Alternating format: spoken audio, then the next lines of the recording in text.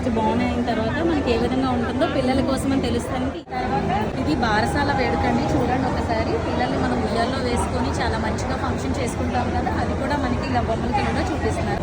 ఇది నామకరణం వేడుక. మనం పిల్లలకి ఒక నెల వచ్చిన తర్వాత పేరు అనేది పెడతాం కదా, ఇలా నామకరణం మనం చేసుకుంటాం కదా, విఘ్నేశ్వరుడికి పూజ చేసి మనం నామకరణం చేస్తాం కదా, అది మనకి ఇలా బొమ్మల కళలో చూపించారండి.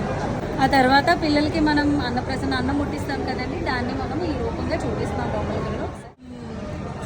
ఫస్ట్ బర్త్డే ఎంత స్పెషల్గా చేసుకుంటామో మనం అలా అదే విధంగా బొమ్మల కళలో కూడా మనకి మొదటి పుట్టినరోజు ఎంత బాగా చూపించిన తర్వాత వాళ్ళ ఎదుగుదల కోసం వాళ్ళకి మంచి చదువులు చదివించాలని అనుకుంటాం కదా, అందుకోసం మనం వాళ్ళకి అక్షరాభ్యాసం ఒక మంచి ముహూర్తం చూసి అక్షరాభ్యాసం చేయాలనుకుంటాం కదా, అది కూడా మనకి బొమ్మల కళలో చాలా పిల్లలకి సాంప్రదాయం సారంగా ఒక వయసు వచ్చిన తర్వాత మనం వాళ్ళకి మెచ్యూర్ అయిన తర్వాత మనం ఇలా ఫంక్షన్ ఏర్పాటు చేసుకుంటాం కదా, అదేవిధంగా వీళ్ళు పేరెంటాల్ ఫంక్షన్ చూడండి ఎంత చక్కగా పెట్టారో బొమ్మల కళలో.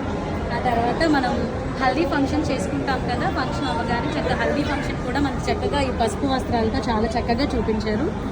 ఆ తర్వాత మెహందీ ఫంక్షన్ చేసుకుంటాం కదండి, అదేవిధంగా ఈ రూపంలో చూపించారు. చక్కగా మెహందీ ఫంక్షన్ ఏర్పాటు చేసిన ఫంక్షన్కి ఓనీ వేడుక కదండి స్పెషల్గా వచ్చాం. ఓనీ వేడుక మనకి ఎంత చక్కగా చూపించారు బొమ్మల కళలోని.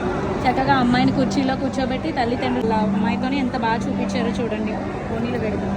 ఆ తర్వాత అదేవిధంగా మన ఈ ఫంక్షన్లోని మంచి ఫ్యామిలీతో ఉంది కదండి, ఈ బొమ్మల కళలో ఒకసారి చూసేయండి.